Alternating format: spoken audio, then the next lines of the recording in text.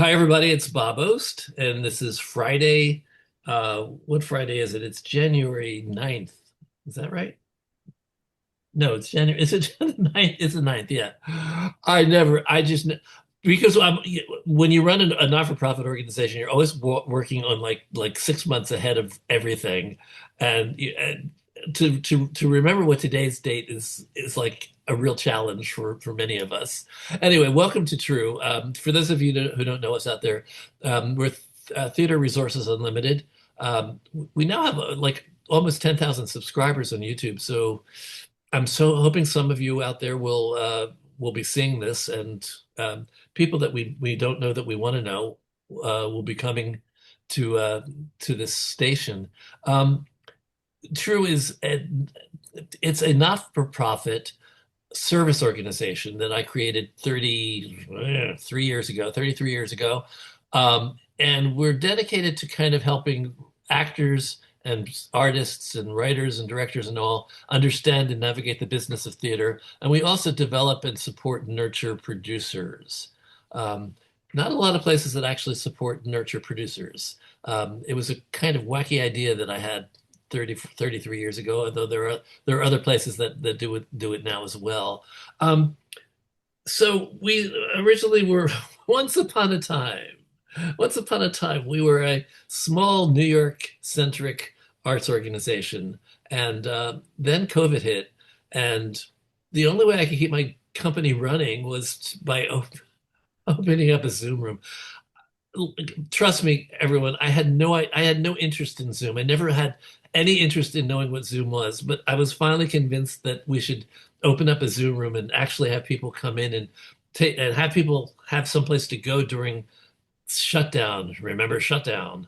Um, and much to my amazement, we are no longer New York centric. We now have people who come in and visit with us every Friday from all over the country, from Canada, and from Europe and from Australia. Uh, Go figure. So here we are, and you are whoever you are out there, and wherever you are. I hope you'll consider being part of the TRU community. Um, we've sort of switched our conversations. Originally, they had to deal with shutdown and isolation and all that. Now I'm at the 296th or 95th consecutive week of doing this since April 17th, 2020. So we've talked about a lot. We talk about a lot. Um, and we're interested we're interested in what seems to be an unpopular in some circles concept, which is diversity, equity, and inclusion, which we also know includes accessibility as well. Um, a lot of people didn't get funding because they were supporting something that I think is very worthy and very crucial. So I won't be any more political than that, but I will say that we are firmly committed to DEI and A, and we are firmly committed to having conversations. Um,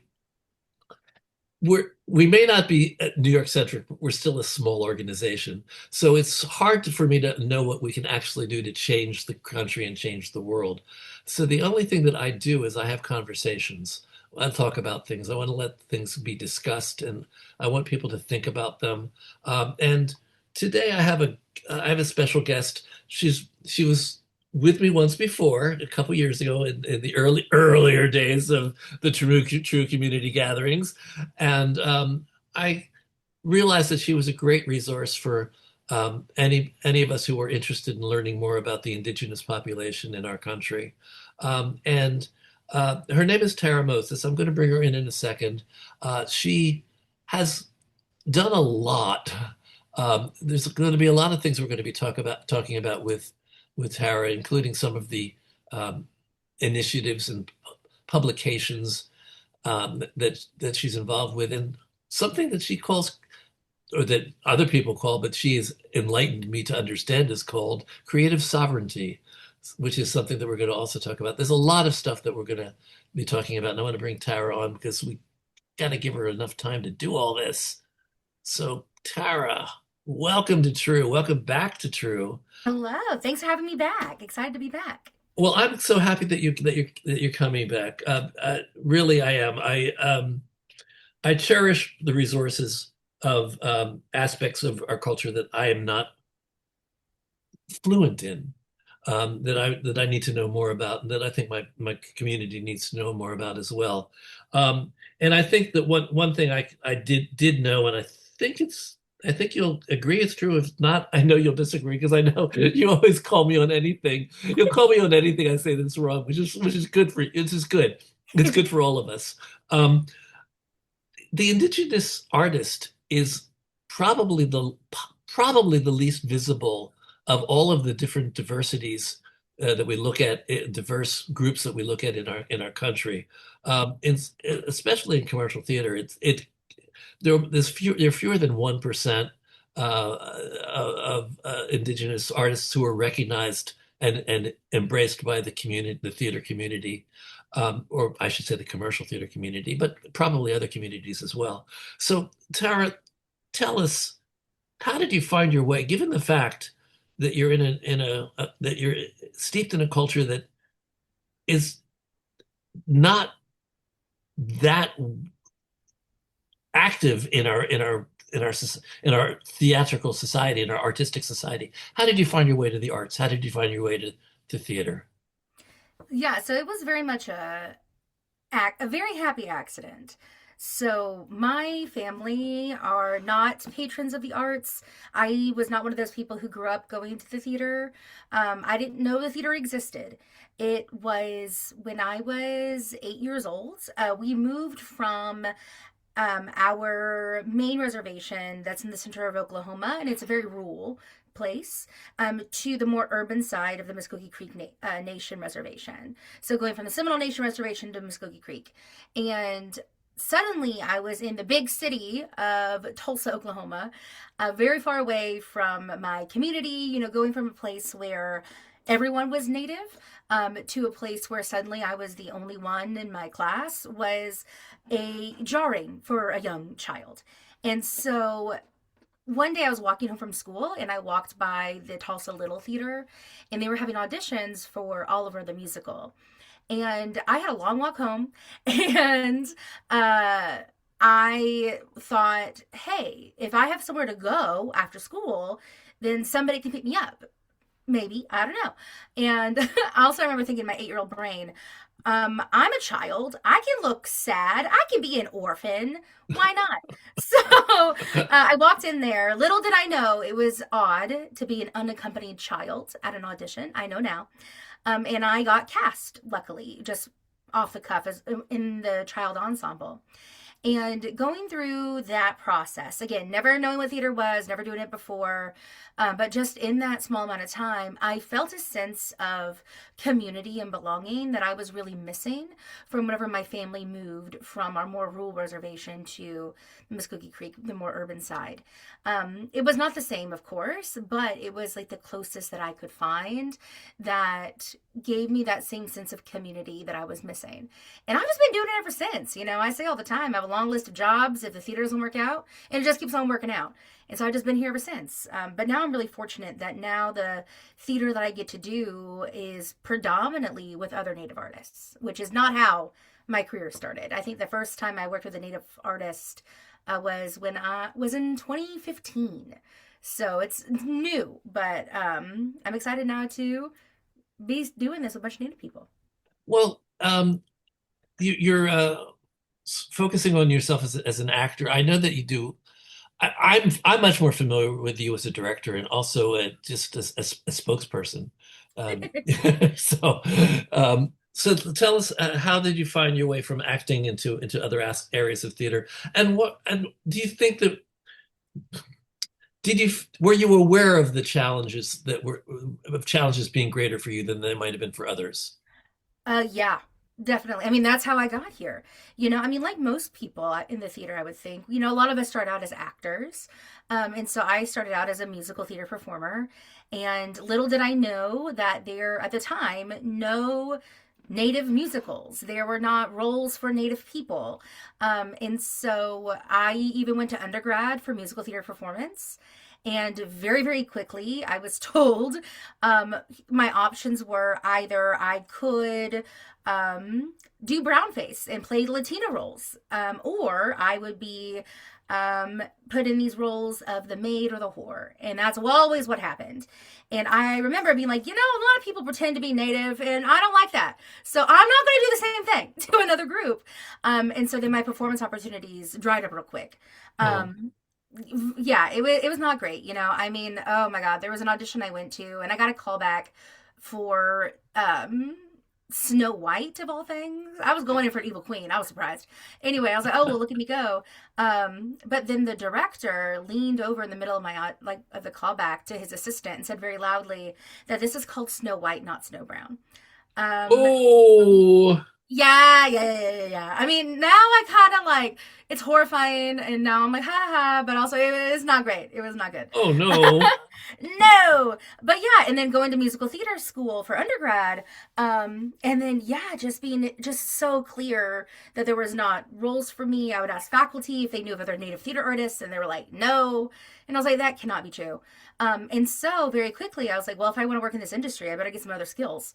And so I took all of the design classes. I took stage management. I worked as a professional stage manager for a while. I worked as a lighting designer and a sound designer before. But I was like, it wasn't quite right, the fit for me, not what I was looking for. And then finally, I came across directing, and I was like, this is what I want. I want to be able to create the opportunity for other people that I didn't have, and this is the way to do it. And yeah, and so I've been directing now for over a decade. And then I moved into playwriting again by accident. Just a moral story, just by accident. I moved into playwriting. It's not an accident. It's you're following your path. Yeah, you're right. You're right. I'm doing what creative tell me to do. But yeah, and then moved into Yeah. playwriting, and so I predominantly work as a director and playwright now. And then what's thrilling though is there's a couple performance opportunities that have reappeared that will be coming up soon. I can't say too much about it. But yeah, so who knows? Performer Terror might be back because also it's a very different landscape now than it was whenever I was coming up in the theater. Which also, y'all, I'm young, I mean, don't be fooled, but I'm young. And it's wild to see how much has just come in just a short amount of time. But yeah, I mean, that's why I really left acting was there was not opportunity. And I was like, well, if I want to work in theater, I got to do something else. Well, I don't want to jump ahead yet to groundwater arts. I want to fill in a few other blanks first. Um, you said something that maybe that spurred a thought for me. I think you know that my thoughts and I are having a battle today. So uh, the what I wanted to ask you was, um, oh yeah, how? Let me just ask you, how do you feel? Did you feel that we were going in a better direction, and now maybe we're going a little bit backwards? Or I mean, it seems like an obvious thing to say, but let's talk about this. I can talk about it from the Black point of view. I know that there was a real thought that a real statement that was made during shutdown about Black Lives Matter, of course, but also BIPOC in general, an awareness of the mistreatment of so many of our people in our society, and that seemed to spur some thought, some genuine thought on the part of many of us, and it seems to have spurred some resentment on the part of many others, and the others seem to be winning right now. Um, can you talk a little bit about what you experienced in terms of what seemed like an evolution that was happening that seems to have been stopped? Yeah, yeah. There's been a massive pendulum shift in just a short amount of time. From the uh, like Native community perspective, from just my perspective of this perspective, so to say, Native theater has been happening on these lands since the sun first shined. We've been doing theater for thousands and thousands of years, and then in what the more commercial theater space. There's Spider Woman Theater, who based in New York City, who've been doing theater since the 70s, and they're a Native feminist founded organization that's still active, and all Native theater sits on their legacy and their continued legacy. And then we also have the Native playwrights like Thomas Highway and William Yellowrobe, also around the 70s and 80s, who've also like started this foundation. So all of that to say, the Native theater's been happening for decades and decades. And then it was in 2017, again, not that long ago, y'all, 2017, when the first Native play was produced at a Lort theater. And since then, and that was Sovereignty by Mary Catherine Nagel at Arena Stage. And I remember in 2015, as I mentioned, the first time I worked with Native people, it was a workshop of Sovereignty at Arena, because that was my first job out of undergrad, was there in the leadership office. And that opened up my mind. Bless Mary Catherine Nagel and the work she's doing. She's a citizen of the Cherokee Nation, as well as a tribal sovereignty lawyer fighting for our rights at the Supreme Court. She's a very busy woman. But so since 2017, there was a boom of Native work that was happening. My career boomed. So many people's careers have boomed. I mean, whereas now, like, I'm a freelance artist and I work predominantly on new Native plays. And so the fact that there's enough work, that's what I can keep doing, has been a wonderful blessing.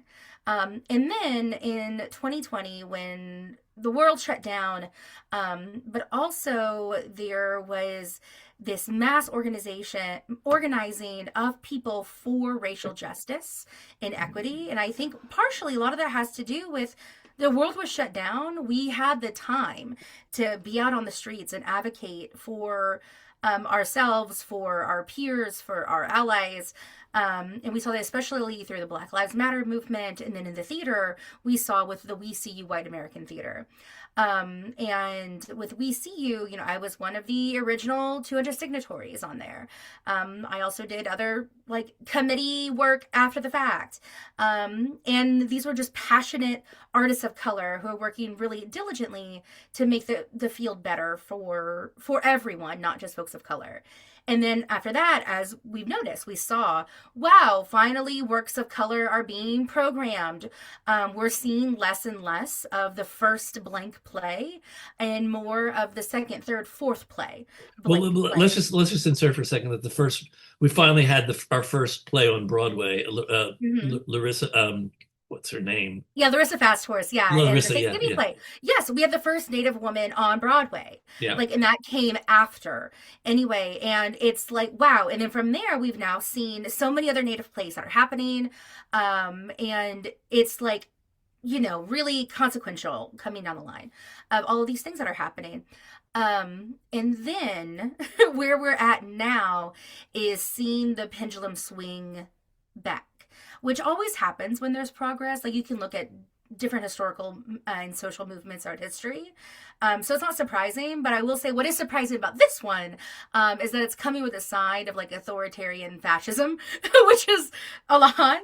Yeah, I didn't order that. So I did not order that side order. No. I didn't want it. Nobody wanted it. And so no. No. And so what I'm seeing now, it is like remarkable not in a positive way, but remarkable in like a shocking way, is there's currently in 2026 not a single Native play programmed in a Lort theater. Now there could be season announcements that are coming out for the fall. Who knows? Hopefully this will be a moot point in the future, but currently as it stands, there's not. There's not a Native play in New York in 2026 yet. It could be announced, who knows? And we're not the only community who are experiencing that backsliding, but from the Native perspective, it's becoming less and less. And I even think about last year, just from my own career, as a director, I directed, I think, 5 new Native plays last year. This year in 2026, I only have one of the books so far. And it's because there's only one theater who's programming this work. And technically there's 3, and one of them is a shared co-pro between Santa Fe Playhouse and Native Voices. But again, Native Voices is a Native organization. And then Pueblo Revolt will be in Alaska at Perseverance Theater, who's no longer a Lort, unfortunately. But that's what we got. for 2026. We got 3 productions, and one of them's a co-pro. Like, and so It's the frustrating thing about progress is you see it now, you see it now, you don't. It's like right, it's yeah, yeah, we have politicians who are just magicians when it comes to making things disappear, right, right. I remember all like the names. like morality and Oh all sorts of my things are god, disappearing. yeah. Democracy is disappearing, but that's another story. Um, so let me ask you this: what what do you think the rest of us can do to try to bring more awareness of the importance? You see, the problem is it's being dismissed. All the things that we care about are just being dismissed. What do we do about that? Well, I mean, the best thing that we can do is continue to verbalize, to visibilize, continue to be vocal about it. For folks who are in positions of power, so whether that is, artistic directors who are programming seasons, theater houses which are choosing what plays they're going to put in their venues, like fundraisers who are working like with different organizations, folks across the board, folks who are on review panels and selection committees, for fellowships, for other training opportunities, is being very cognizant about who's in the room and who's not. And what I find is super helpful is whenever because I'm on these panels and these review committees all the time. I'm always giving back. And more often than not, I'm the only Native person who's present. And what I've always found to be so impactful is when someone who is not Native vocalizes support for a Native candidate, or vocalizes, we don't have any Native candidates. Why don't we? What can we do? Because what that does is that, it's not only me every single time, which eventually, people are like, oh yeah, that's the Native woman. She going off and on about natives. Like, what's new? Her little soapbox. But what it does is that it helps build cross-cultural solidarity, and that's what we need the most. Is working in these in our siloed communities doesn't work. And frankly, that's what the colonial regime, this fascist regime, wants, is us not to work together. But we are stronger when we uplift everyone else alongside us. And so, yeah, it's like if you find yourself in these rooms, ask, why is there not a Native person here? If you're on a board of an organization and there's not any Native people on your board, bring it up as you're looking at board recruitment. Well, I would love it if you would help make aware more Indigenous people of what we do, and hopefully that it's relevant for them. I'd love to be here for people. And yet you're right. I mean, who do I call? I call Tara. Who else can I call? You have to let me know eventually. Oh, yeah, yeah, yeah. I'll send you an email. I got a list of people, so many. Okay, good. Um, That'll be great. but yeah, and I think the other thing too, finally, is uh, patroning Native artists' work. Right now in New York, it's under the radar. There's so many things that are happening. This weekend alone at Here Arts Center, they're showcasing so many Native artists. This weekend, there are. So are you saying that Under the Radar has programmed some Native Yeah. American? Oh, good for Mark. Oh, yeah, yeah. And then, there's so many events happening in January. I mean, New York in January is a very exciting time for the arts. So it's like, go patron Native artists' work. There's Native Voices, who's an organization based out of LA. Anyway, it's like if you're out there in that area, patron their work. If you are in the Twin Cities, New Native Theater is there. If you're in Santa Fe Playhouse produces Native work every single season. And in New York, there's Safe Harbors, NYC. There's Spider Woman Theater, as I mentioned previously. There's the Eagle Project. These are all organizations that actively do Native work in New York City. And so, yeah, so I mean, that's the other thing that I would recommend for people is patron Native work. So then that way for yourselves, you can meet Native artists, but as well as you can develop a taste for Native work. Because too often I've heard like, oh yeah, native work, this is storytelling, or we put it in the category of folk art, not in like artistic excellence. Like we don't think of a lot of native art in that way. And I think a lot of that is because people don't have any experience with it. So yeah, You that's know, my other recommendation is like that's go see. exactly that's exactly what I wanted to ask you about. I wanted to ask you about what is native art? What are the characteristics of native art? And do Native American artists or any artists that are non-white American, do they have to compromise in order to be accepted into the mainstream, or is it possible for the authentic voice to be heard and accepted? Yeah, so what is native art is so can be so broadly defined because there are 575 federally recognized tribes in just the US alone. And that's just federally recognized tribes. There's also state recognized as well as unrecognized nations. And so all of us are all uniquely different cultures, peoples, histories, styles of storytelling. And so what I like to say is native art is art that's being created by a native person. The end. Like, there it is.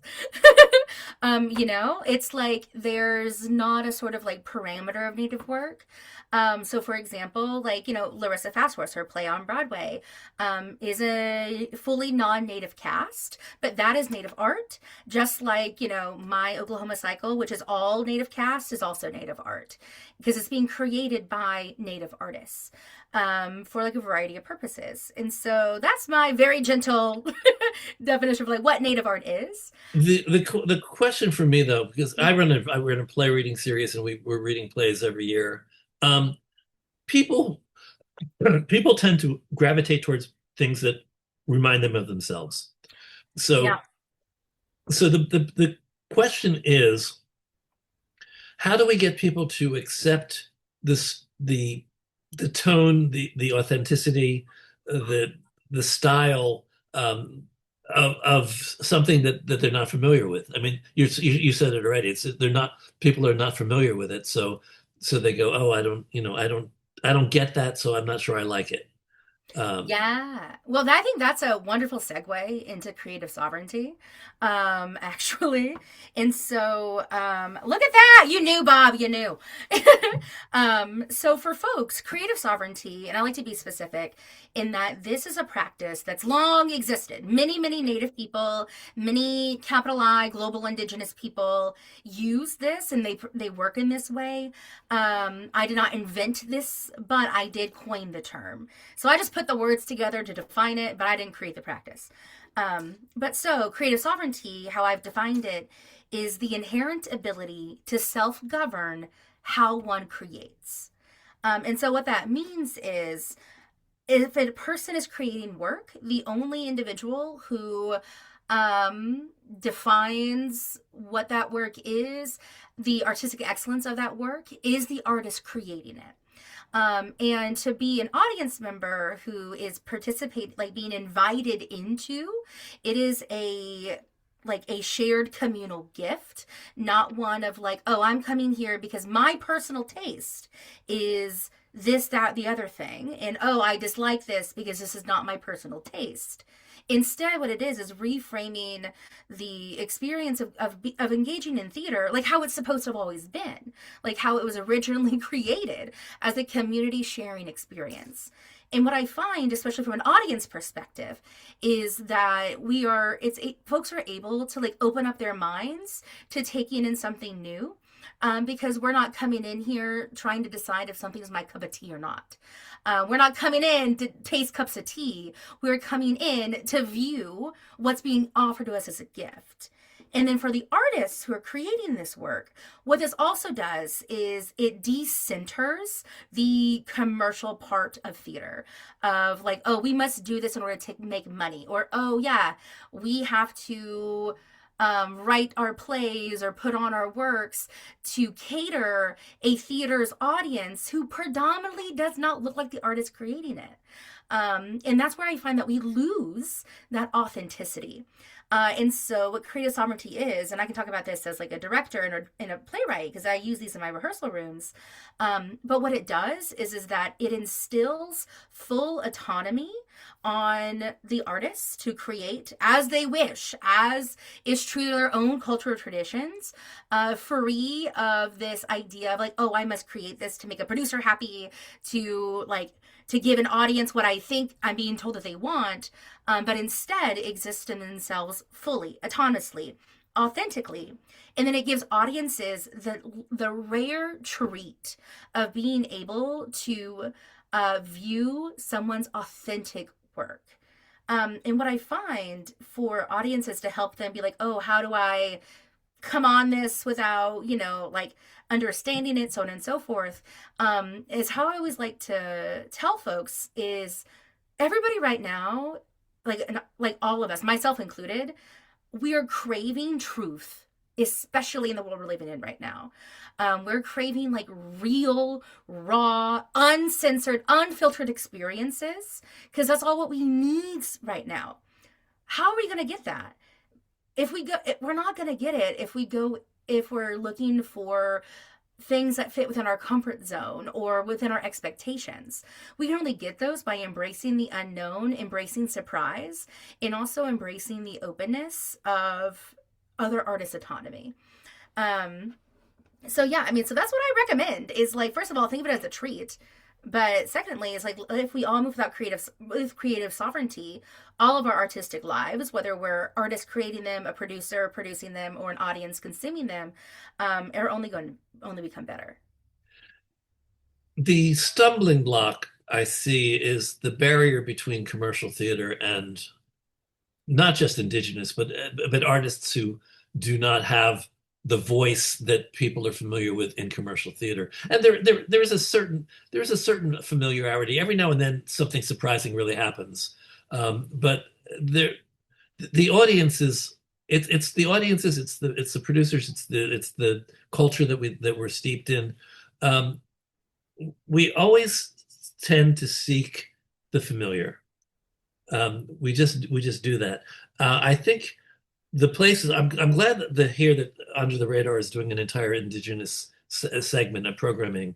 Um, I think in order to start getting audiences to understand more than at one point I would have said a Neil Simon comedy, but that's like such an old reference now. I don't know who's very popular right now. Uh, I don't know. Shakespeare's always popular. Literally, all of these movie adaptations are currently what the commercial theater's doing right now. yeah, movies that are made into musicals. Oh yeah. Familiar. I mean, everything. I have nothing against work and art and creativity that is based on that is familiar. It's comforting. It's enjoyable. It's entertaining. It can be very moving. We all want to see our life experience on stage. The the real struggle is the fact that there are so many life experiences and so limited amounts of stage time for all of the life experiences that we would like to share. Um, I, I think we have to just be more aware of the under the radar. You mentioned several places that we can all go to and start experiencing authentic indigenous voices. I'm saying I assume they're authentic, and for the most part, they probably are. There's in every culture there's compromise. People compromise. Artists always have to compromise. They don't have to, but they always choose to compromise. So we have to find our way to these places.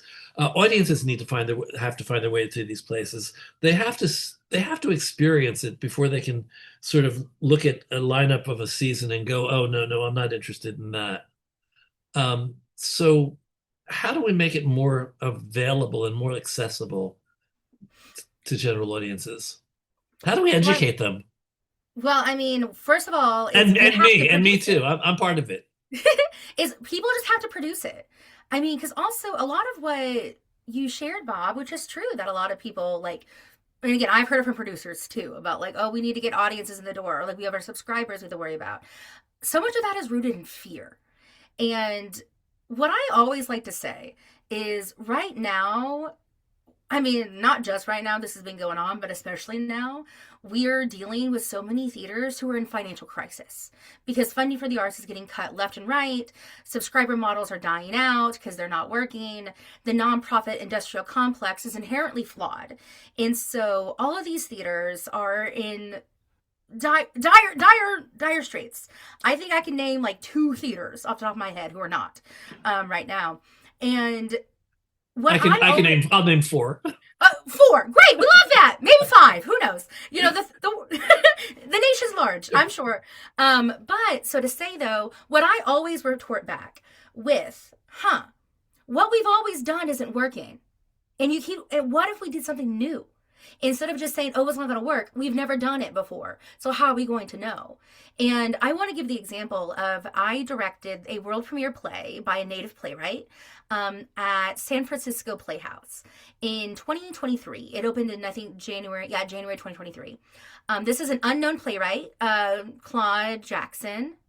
He has written a lot of works before with native voices, but in regards to outside of the native theater world, unknown playwright. This was the first native play the San Francisco Playhouse had ever produced.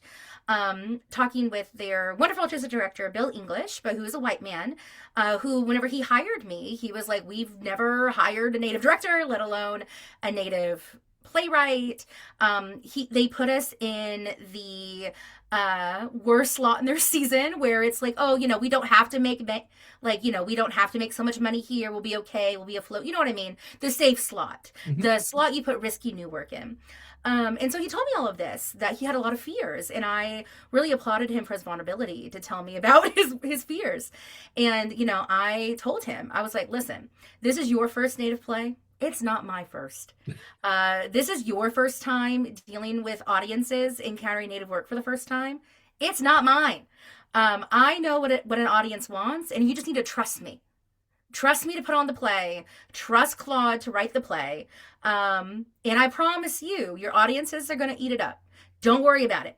And he did. He took a big leap of faith, and he was like, okay, I'm going to trust you. I'm not going to worry about it. Here we go. Cashed out the play. Broke every single financial goal, it bust through it, that they placed. They had never had a higher grossing play in that slot ever. And that was one of their highest grossing plays of the season. And what I told him afterward, I was like, listen, I told you that people are looking for new, for the unknown, for authentic. And you just let me do it. You stepped out of the way and it worked. And that has happened in every single time I've worked at a theater. I just did that at Santa Fe Playhouse last summer, in August of 2025. It was their highest grossing play of their season. And it was a brand new world, native work. And it's like, this happens again. I promise it's not just me, but this happens everywhere I go. And I'm like, y'all, listen, it's working. I think folks are sticking on to that colonial fear. And again, if we keep doing what we're going to do, how is it going to fix it if we've been doing it and it's not been working? And then also finally, when it comes to commercial theater, what I'll say about that, I can't say too much about it, but I have a new musical in development that is hopefully going to be slated for Broadway. It is a commercial project, and it'll be the first native musical of its kind. And folks are chomping at the bit to get on the producing team. Folks want this show. Everybody's so excited about it because it's brand new. It doesn't play into native stereotypes or expectations. It's unapologetically Indigenous and authentic and raw and real. And that's what the people want. I'll look at the Hamilton reference, right? Hamilton at the time, brand new, never been done before. And look at it now. It is box office hit. It has sparked so many movements towards racially equitable, new, daring, risky, creative work. And there were so many people who thought Hamilton was going to fail because who wants to come see almost a 3-hour long hip hop musical that's never been done before? You know what I mean? And aren't we all itching? Isn't Broadway itching to get their hands on the next Hamilton? I just want to say that it was the breakthrough for hip hop. There had been musicals, including "Holler If You Can Hear Me," and There's there's also Passing Strange that happened well, before. that had some hip hop elements of it, but yeah, but this was the first time that hip hop became part of the theater vocabulary. Right. Um, so it was very much breakthrough. I want to move to because I realize that we're going through a lot. I want to move to something else. Want to talk about groundwater arts, and I want to talk about what you mean by re-envisioning the arts field through a climate justice lens, Mhm. and why you created groundwater arts. Yeah, so Groundwater, we founded in 2018. It was with myself and Annalisa Diaz, um, Cherokee and Laguna Pueblo artists Ronnie Pinoy and Anna Lathrop. Now, currently, Annalisa Diaz and I run Groundwater, as Ronnie and Anna have since transitioned over the past couple years to very exciting career opportunities. And so, but how the four of us came together is all four of us were artist activists just in our own right and working in climate justice and racial justice spaces. And so then we came together to be like, okay, let's talk about this. We're all doing this independently. What can happen if we come together? And what is it that we want to see the field do? And then our first big project that we launched in 2019 was the Green New Theater, which is a list of 6 principles to help the theater, like industry as a whole, move towards a more climate just future. And the reason why theater is like should care about climate justice, besides the fact that the climate affects literally all of us in every single industry on this continent, well, in this world, is that the biggest threat towards like stopping the climate crisis, to improving the environment, that climate scientists have said, social historians have said over and over again, is not people understanding the science. That's very widely available. It is the crisis of imagination, which means the average person, it like is struggling with the gloom and doom narrative of the climate crisis. I mean, also that's true for every crisis, racial crisis. I mean, our current government crisis, like there's a lot of what we're in is like this gloom and doom of like, is it ever going to get better? Oh my God, so on and so forth. And whenever we're living in that space, it becomes impossible to imagine a better future, let alone take steps towards getting there. And so the theater is a very unique and special field where we work in the field of imagination. That's what we do. We present new narratives, new stories for audiences to be a part of, to imagine, to open their minds. That is like the unique thing about the theater, is that it's a one-to-one live experience. I mean, we see powerful narrative change and influence in film, of course. There's a fun little anecdote that we don't have to get into now, but between Al Gore's documentary he made in 2004 and then I think the movie Day to Remember, no, Independence Day. In the movie, it was an action movie with Will Smith, and because of that movie is why we no longer have a hole in the ozone layer. It's because people started to care. Because in that movie, the aliens came through the ozone layer and they had to close it up, and then Americans cared. Like, it's wild. But so to say, narrative change works. And so the theater does narrative change all the time. But then having the ability to be live person to person also increases a person's ability for empathy, and also can help inspire them to take action sooner because they feel more personally vested and involved. And so we have a great responsibility as storytellers to help make this world better, just not for ourselves, but for our communities and for our future. And like that's what climate scientists are saying. Climate scientists are saying we need storytellers. We need people who can do narrative change. Well, that's what we do for a living, y'all.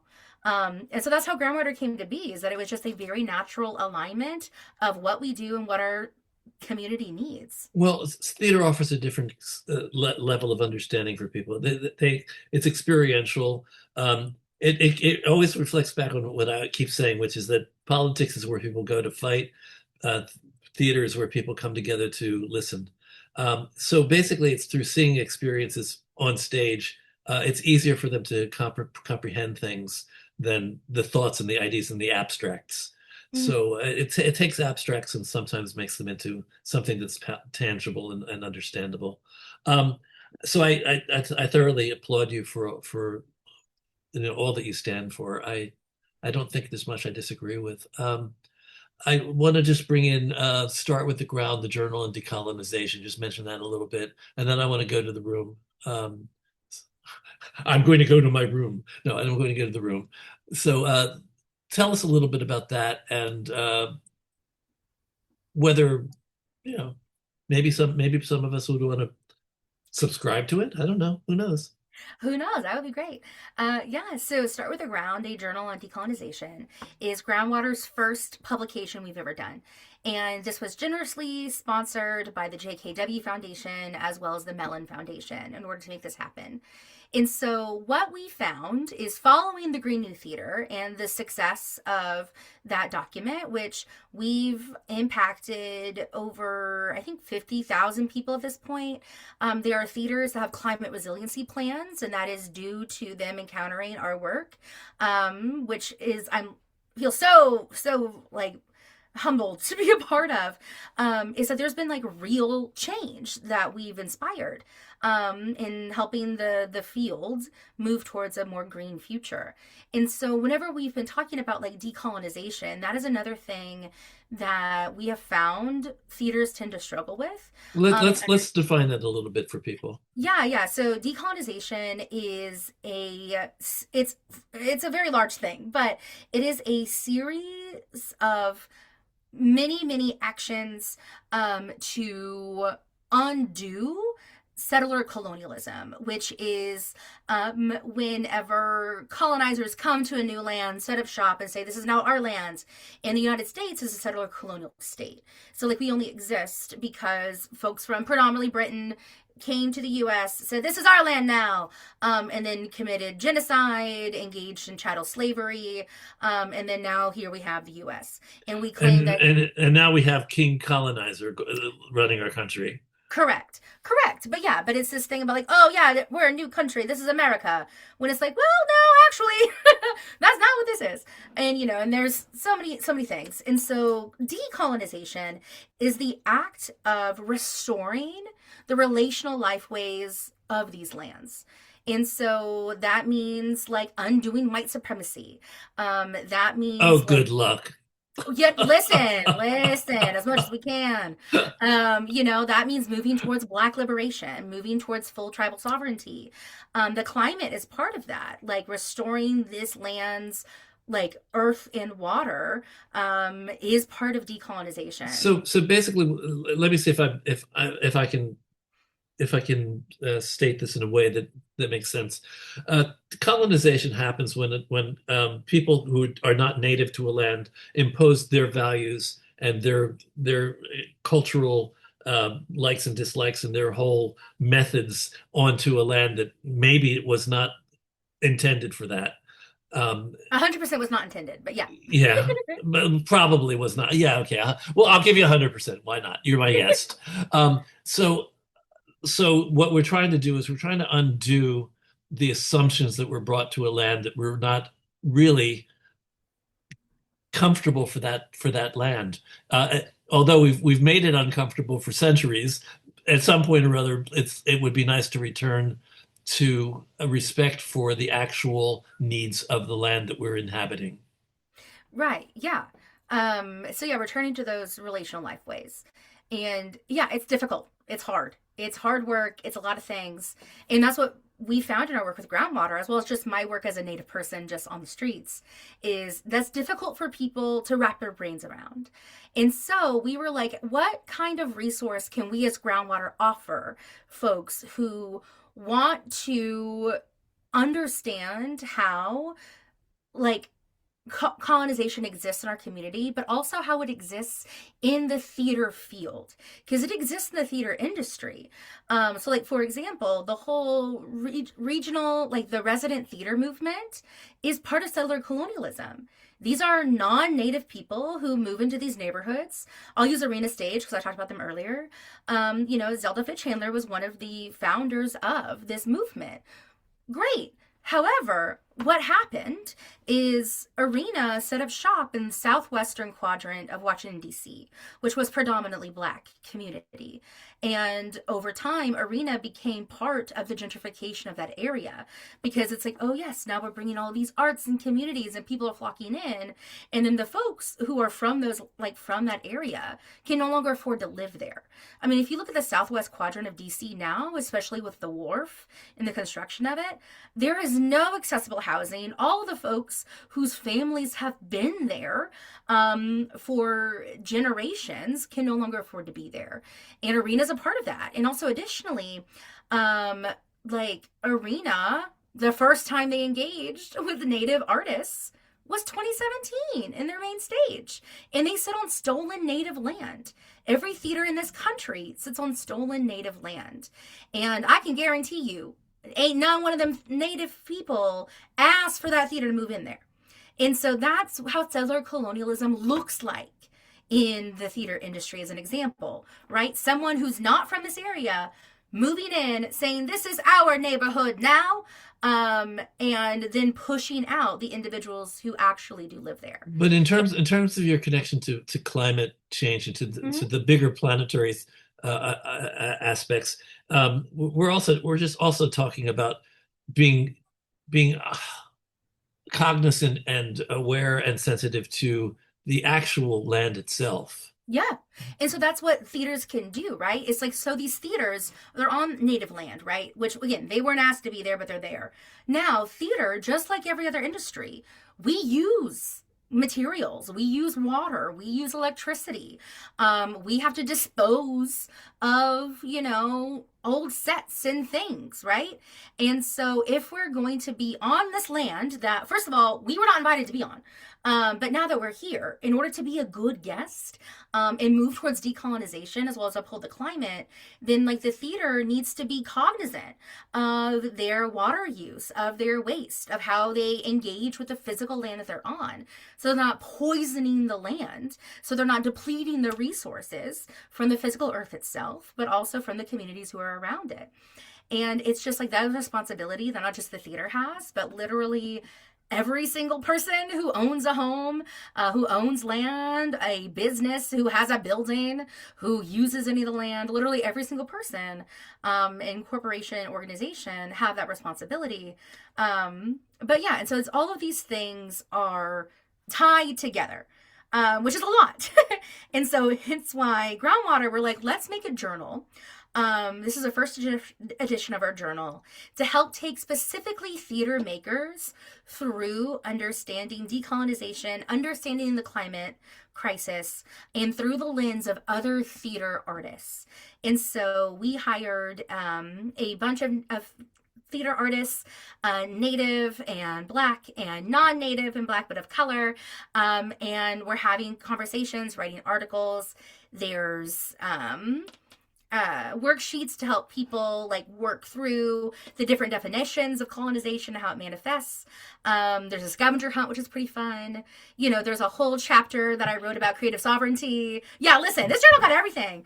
And so, yeah, just as a resource for the people to engage with. And it's available on our website at groundwaterarts.com, either in print or digitally as an ebook.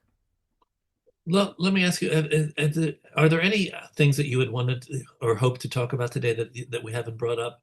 And I also want to let the room know this is time for your questions. Raise your Simpson hands, and take advantage of the fact that we have somebody with knowledge that we may not also have, and ways of looking at things that we may not be used to. So we have DW, but I want to ask you, was there anything else that you wanted to make people aware of? No, I think like I hit all the things real quick. So I'm excited to hear like what thoughts the folks may have. Okay, DW. Hello. I put it in the chat, but as you were talking, I just started thinking about how what I've seen in Washington, having lived there for, a long time, that arts organizations would move into, I guess, safely called marginal communities, depressed areas, largely because the real estate was cheap.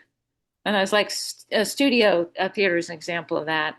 When they first opened up in over there near Logan Circle, I mean, it was not considered the safest part of town, and but they were there because they could get space for the least amount of money. So it seems like I'm just wondering about how all that squares with what you're talking about moving into communities, creating gentrification and moving people out. That seems like when arts organizations go into certain neighborhoods, they go in there, a lot of them, I think, not because they intend to drive people out, but because they can get a performance space for not a lot of money.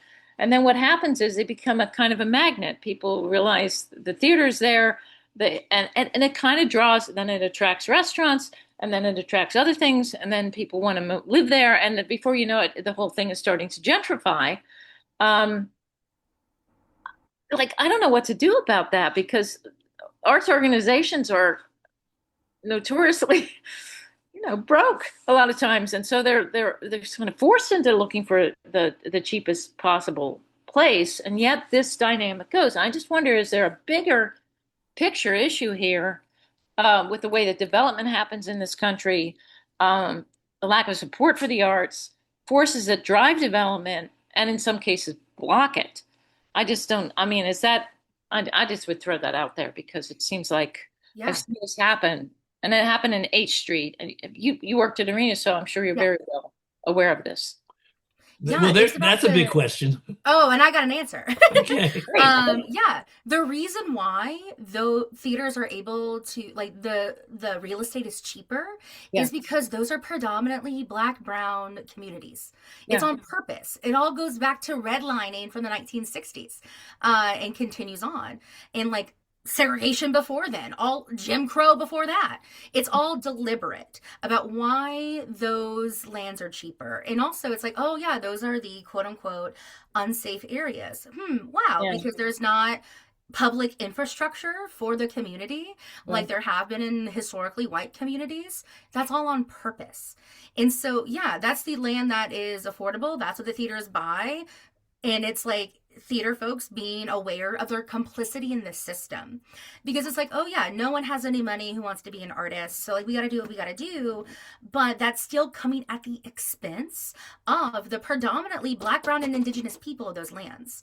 So then Yeah. it's like, what do we do about it? Well, first of all, acknowledge the complicity in the system, acknowledge it is a system, but also second of all, what I always tell folks, and this blows people's minds, if you are a theater artist and you want to create a theater organization, and it's like, oh, this is where the real estate is that I can afford to do it. Before you jump on to the bank and get that going, um, go to that community. Embed yourself in that community. Listen to that community. Listen to the folks. Ask them and with humility and grace of, do you want a theater here? If you do, what would you like that to look like? How can I use my privilege, whether that be my wealth privilege, my class privilege, my racial privilege, gender privilege, able privilege, all of the above, for that community's benefit?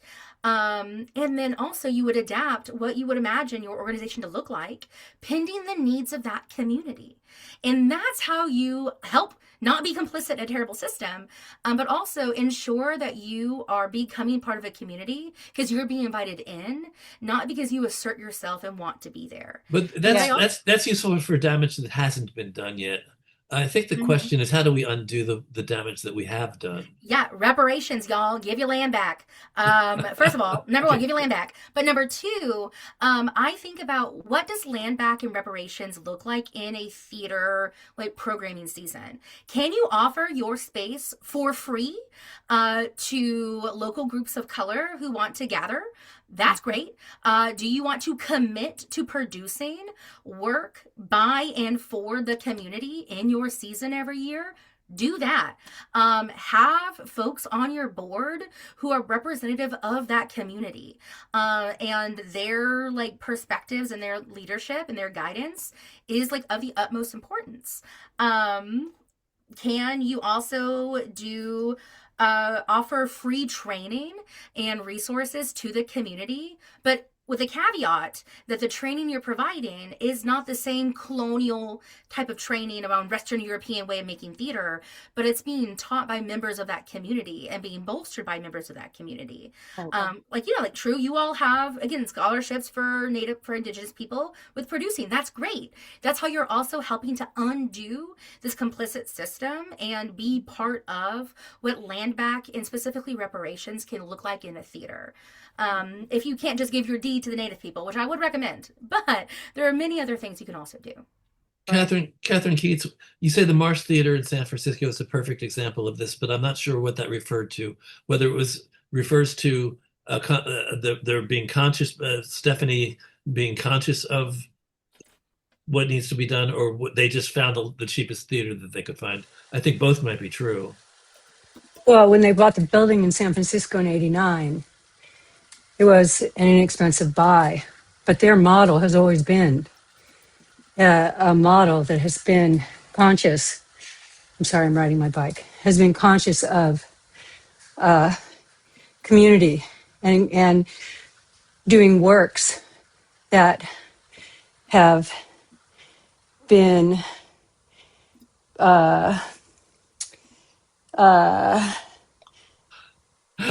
what's the word? At least I didn't get you in the middle of eating dinner. No, cool. No, I'm writing. So it has been inclusive of all people and new works, right? 600 shows a year since '89, and has produced some of the most progressive, if you will, I hate the word, but works in the country. And it was so ahead of this curve and is still continuing with that model and not sliding back. I think it has to do with who Stephanie happens to be. I think that's just a reflection of who she is. She won't break the model. She won't break her model. And knowing her, she may very well give the land. I mean, she's out there. But that model in Berkeley and that model in San Francisco with the Marsh is something that I think the rest of the country might want to, theater owners might want to, if they had the wherewithal. And I'm very familiar with Bill English, have the wherewithal to look at, because it's very inspiring. Mm-hmm. That's what I have to say about it. Thanks, Catherine. So let me ask, any other words from the room, guys, before we wrap up? Oh, can I say one other thing? Yes. Tara, you are so inspiring and incredible, and thank you. And the two of you together are just like, I feel as happy as a bunny in a carrot field listening to two of you together. So thanks. Thank you. Yeah, I mean, what I appreciate about you, Bob, what I always love like talking with TRU, is all the time you're like, "Ooh, let's like get into it." And I was like, "Ooh, yeah," whereas it's like, not the typical like, "Tell us this," and okay, this. Anyway, so yeah, it's always And fun. if you were a tree, what would you be? Oh my God, right? My favorite Barbara Walters interview. Katharine Hepburn, if you were a tree, what would you be? Right? Oh my God. Cool, but That's thank you so much, Catherine. Yeah, thanks, Catherine. That's so sweet. I think we can wrap up. I think people, that we keep the room open if you want to stay.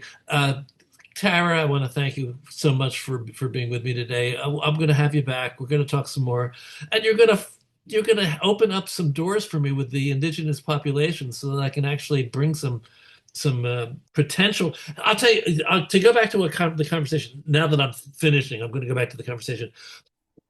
One of the things that I think is crucial, and this is just my personal perspective, we need to have Indigenous producers so that we have people that have investment in bringing those voices to wider audiences. I mean, I think from what you've said, it sounds like there's a lot going on. It's not like nothing's happening.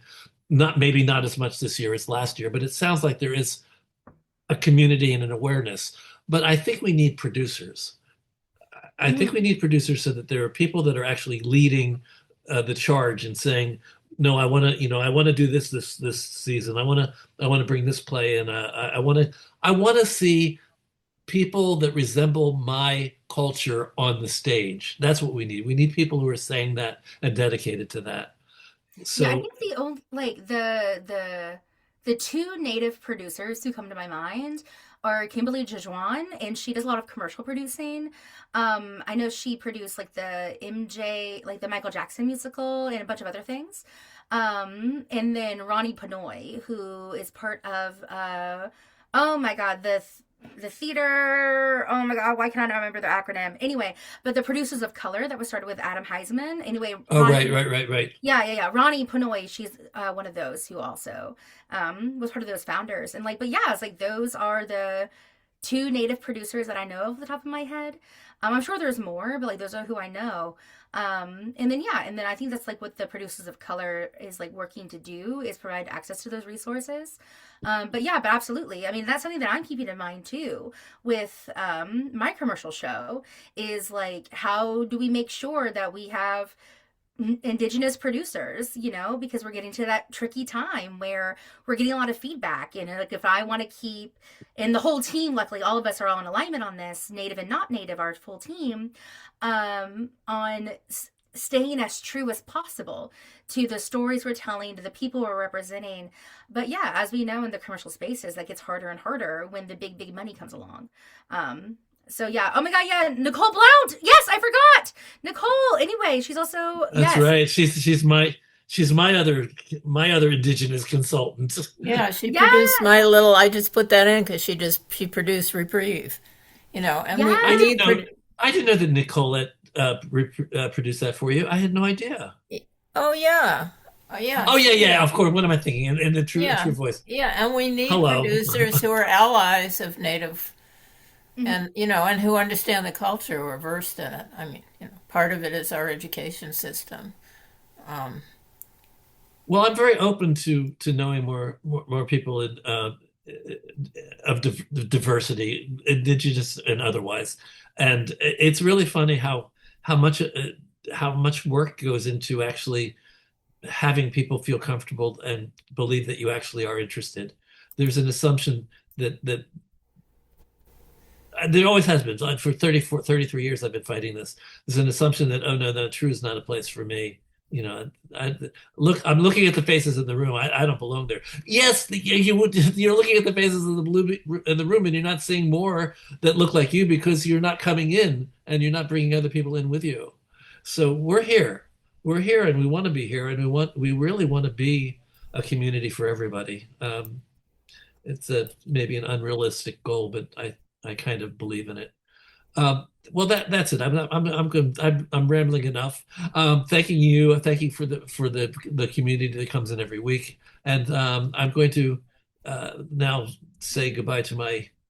Let's see, there we are. I'm going to say goodbye to my YouTube viewers out there. I'm glad that you found us, whoever you are. I hope that you enjoyed this conversation. Know that we're going to be doing different conversations in the many weeks ahead.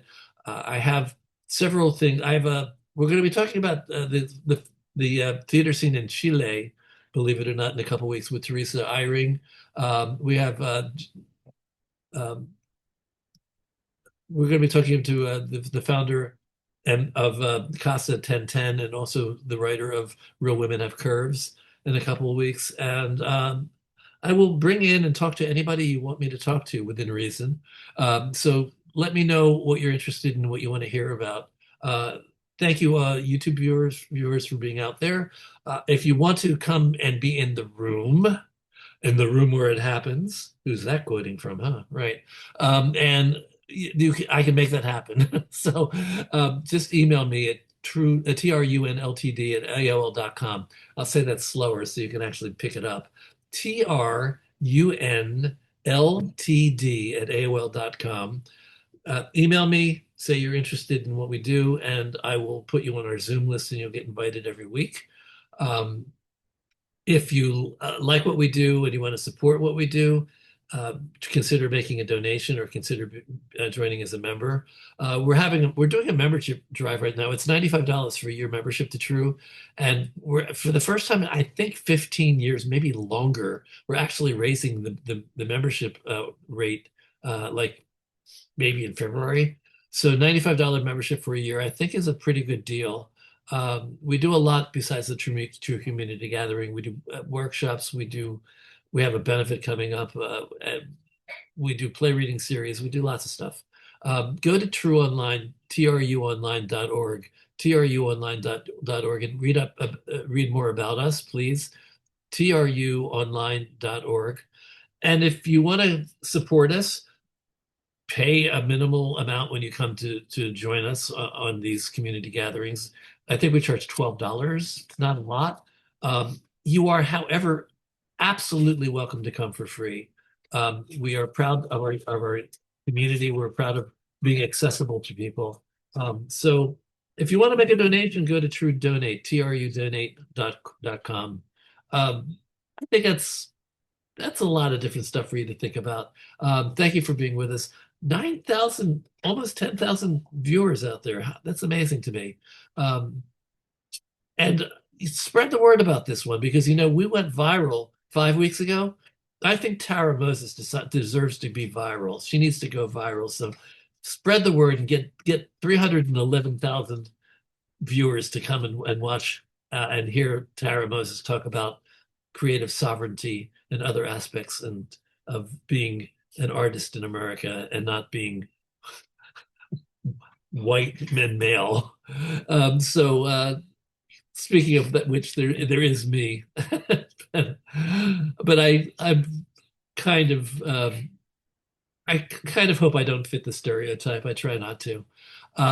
So that's it. Thank you all, and just come back and be with us from week to week. This is the 296th week we've done this. There are going to be at least 297 more. So join us. Thanks.